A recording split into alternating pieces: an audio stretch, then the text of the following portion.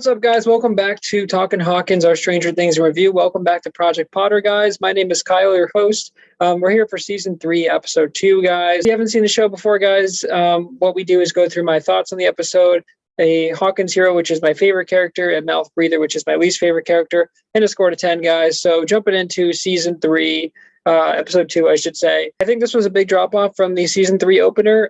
There's some things I really like in this episode, but there's a lot of things that miss for me. So things I liked, obviously Elle having like a girl's day with Max is great. The tension that is set up from Hopper and like Hopper's like mischievous smile as he's like eating his soup, and then Elle like hangs up and then force closes the door because she is like, oh, it's 9:32, where are you? And Mike's like, I was just gonna call you. He's like, I can't come, my Nana's sick. And she's like, really? And she's like, yeah, she might die. And then Mike's mom is on the phone. She's like, what? And Mike is like, Mom, get off the phone. If you guys grew up with that, like I'm a 90s baby, so I remember the house phone and people sharing the line and being like, you got to share the internet and all that stuff. So this was obviously 85. So this was even before that. But I think it's really funny that like his mom is like, what? Did Nana call? And he's like, no, just get off the phone. But that's all really like fun, like teen, like overthinking everything. We get a great scene where Mike is with the boys and he's like, oh my gosh, he knows I'm lying, like I'm stressing out. Lucas is like, look, Max has dumped me 5 times, but I keep coming back. Lucas is like, I'm not trying to brag, but he's like, 5 times I go into battle and 5 times I come back with Max. Okay. Mike is like, dude, I can't do this, I don't know what to do. They go to the mall, they're trying to get like a gift for Elle to make up. But as Mike says in the end, he has $3.50. It's very hard. He's like, things are very expensive. And Elle goes out with Max and she's like, there's bigger things than just stupid boys. And so Elle's not supposed to be out. But Max is like, you have superpowers. What's the worst that can happen? And they have like a girls trip around. That's all really fun. The stuff I didn't like, guys, again, I don't know what it is about Hopper, and I don't know if I don't remember if he's just going through like a phase. And that's like his character arc, and he's going to come back to the Hopper we know. But hashtag not my Hopper, dude, because as much as I love David Harbour, and he's still so charming that like he's so fun to watch, he's way too goofy. He's so goofy in this season. And I'm like, what's happening, dude? This isn't the Hopper I know. Like this, again, it's not my Hopper, dude. He's going through and they're like, oh, it's a lot of color for you, Chief. And I'm like, ah, funny line there. And he's trying to take out Joyce. And he's like, just so you know, not a date. But he just comes in and he's like, for 6 excruciating months, he's like, order has been restored. And I'm like, okay, that's a cool line. But he's like so happy about Elle not seeing Mike. And I'm like, again, dude, you went to battle with Mike. You hugged Mike. Elle is your daughter. You don't want your daughter to be happy? It's like, it's so weird to me that like Hopper's so like happy about that. But you know, he gets all dolled up. There's a great scene because again, David Harbour is just a great actor where he's like, oh, how are you doing today, sir? And he's like, oh, I'm doing well. He's like, you know what? We'll do a double scotch to start. He's like, we'll do a bottle of wine. And then he's like, oh, we'll do one of those, one for the lady as well. And he sits there and he like puts his arm back. He's like, And then time goes by, of course. And then Joyce is over with Mr. Anderson, which is great because she's learning about the battery because she's like, yo, why are the batteries not working? We know that anytime there's a upside down occurrence there, it's a strong magnetic field. I didn't mention, guys, that we had the rats just like horror. I don't like rats, but seeing the rats like die in excruciating ways in the pilot episode was like horrifying. And then obviously there's the scene with Jonathan and Nancy where the lady's like, yeah, these rats ate all my fertilizer. And she's like, honey, I am old, but I am not senile. Oh, okay. And Nancy and Jonathan are like, oh, dude, there's something going on here. And then Jonathan's taking all these pictures because that's his thing. And for some reason, the camera with the flash is like way creepier. It's like any horror movie you've seen. He's like, Nance, I think this rat is like messed up. And she's like, yeah, no shit, let's go. And then they leave. And then right after they leave, the rat explodes. And then like the goop moves around and then like reforms. I'm like, oh, this is not good, dude. And then obviously we get the Billy scene at the end where he took this poor lifeguard who comes over and takes over for her usually. He put her in the trunk of his car and then drove her to the warehouse and then put her down. He's like, don't worry, it'll only be a minute. And then Billy just stands there and man, and Dacre Montgomery just, what a great villain. And his like menacing look, he just looks so evil and great. and then this giant like monster thing comes up. I do want to issue a formal apology to my boy Joe Keery. I didn't mention Steve Harrington in the pilot episode, and I don't know how, because dude, company policy. He takes off the hat, man. He's got the beautiful hair going through. He's like, screw company policy, but he's striking out. My boy Steve is striking out with all these girls, and I'm like, the coworker there, Robin, she's like, you suck, and she like keeps running down. And Steve's a little off his game, but you know what? He was in love with Nancy. He lost Nancy to Jonathan Byers, and so he just needs a rebound. But maybe I didn't want to talk about Steve Harrington because I didn't want to talk about my boy having a rough patch, okay? But Steve is great, dude. And Dustin shows up, and he's like, is he here? And then they have the scene where like and they have the lightsaber scene, and they do a handshake, and it's like, man, what a great bond. Sometimes one door closes and another door opens, okay? And that door was Dustin. There's a great scene where he's whispering, and he's like, dude, just speak louder. And he's like, I intercepted a Russian intelligence message. And everyone's like, and he's like, Jesus, that's what I thought you said. So the whole episode, they spend like trying to decode it. And it's just like, the yellow bird. This is the code that we heard. It's like the yellow, I forget, the silver cat feeds, yellow meets the blue or whatever. And I'm just like, okay, these damn Russians, man.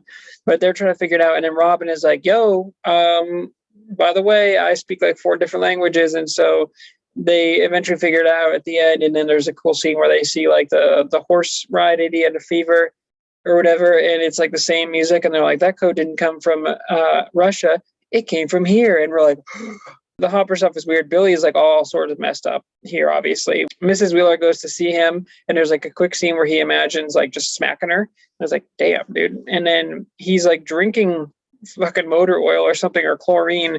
She goes over, and Billy like puts the thing down, and it's clearly he's not right. And it's weird because he's walking like to and from the lifeguard stand, and he's like all messed up, and we get the like fuzzy stuff, and some girls like, looking good, Billy. And I'm like, looking good, Billy?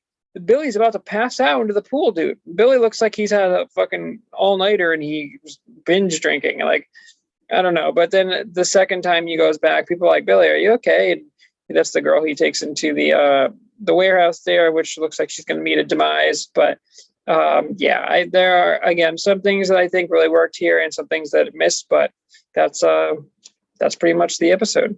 Okay, guys, Hawkins, you're up for this one. I'm actually going to give it to Mr. Anderson, dude, because Mr. Anderson is just a delight anytime he's on there. I feel like he wasn't really in season 2, and he was so good in season 1 that I feel like they kind of put him on the backseat, and the fans must have been like, where is Mr. Anderson, dude? So when Joyce goes to see him, it's so great because he's just like he plays a really good job of like explaining all this nerdy stuff, and he's like, well, this is our electromagnetic field, and Joyce is like, I don't see anything. What's going on? He's like, we'll just wait. And he's like genuinely excited to like show her science stuff.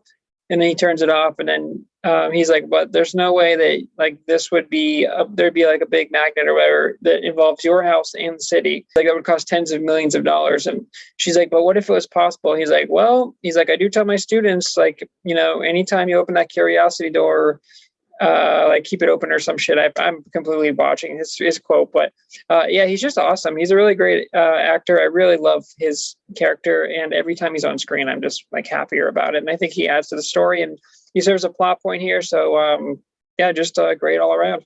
Guys, my mouth breather for this one, dude, it is Will Byers by a mile. Will Byers, I mean, he's just a weird looking kid, man. And I know he's been through some shit, but like every time, and it's kind of funny, but like it just got annoying where Will's like, can we play Dungeons and Dragons now? And then something would happen, and he goes, now can we play Dungeons and Dragons? And I'm like, dude, Will, why do you want to play the game, man? Last time you played Dungeons and Dragons, guess what? You got sucked up by a demigorgon, okay? Then you went into another dimension, Will. So do you really want to play Dungeons and Dragons? I don't know.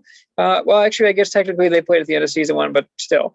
He has a 50-50 chance that it ended up in the Upside Down. Some episode, like we saw Will with the back of the neck and the rats thing, and then like in this episode, he just acts like a normal kid, even though he's just super annoying. But I don't know, man. It's just weird because I feel like Will doesn't really fit in, and he doesn't like.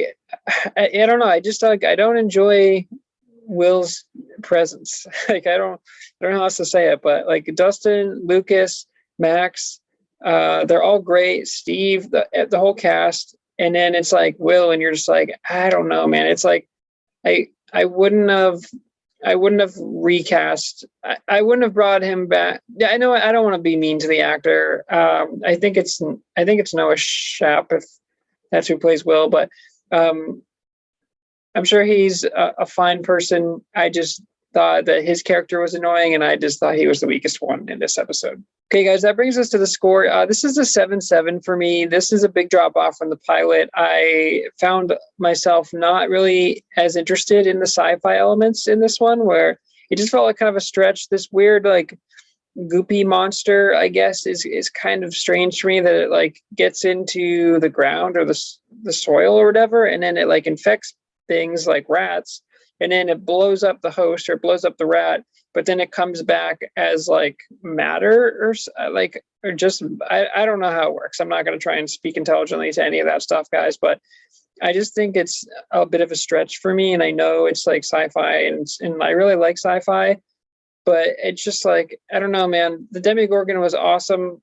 The Mind Flayer was okay. This one, I'm just like, we got a big monster that's like forming from rat carcasses or something. It like needs to sacrifice, eat human flesh. I don't know. It seems like I don't really remember a ton of it, guys. And again, the production value is so high, and the cast is amazing. So like even the bad episodes, like I can't really give it a lower score, because even though some things I didn't like, I don't like what they're doing with Hopper's character, and I don't remember, but I hope he has like a 360 where he goes back into like more of the serious, like commanding Hopper that we know. Hopper's on his high horse right now, man. He's like, oh, I'm chief of police, so I can do what I want. He's like, it doesn't matter. And he's kind of like that lonely drunk, like almost alcoholic, like, yo, you need almost an intervention where like you can't bring alcohol off the premises. And he's like, takes it, and he's like, I'm just gonna fucking go. And it's like, yo, Hopper, are you drinking and driving? Because that's not cool, dude. And he's obviously into Joyce, and he was obviously excited for the night, and Joyce didn't call him or anything, but she got caught up, and now there's going to be a fallout, and I want to see their reactions, but I don't know. I need Hopper to be closer to season 1 and season 2 Hopper, because I thought he was excellent. This Hopper's just goofy, and I don't know if that's just because he's unraveling or what's going on, but anyway, guys, yeah, the mall stuff was all good.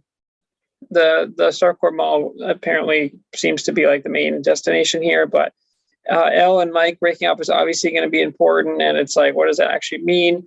It was nice to see Elle get like just a girls' day, and it was really interesting to see the differences between the boys kind of striking out everywhere, and then the girls having a great time. So that was interesting, but yeah, overall, guys, I think kind of a big miss from the pilot, from the season 3 opener. All right, guys. Well, that's it. That's another episode of Talkin Hawkins. Thanks for checking out Project Potter. I've been your host, Kyle, guys. Go check out the other content on the channel, of course. If you did like the content, please consider liking, commenting, subscribing. These go up every Sunday night, guys. So we have just 6 episodes left now.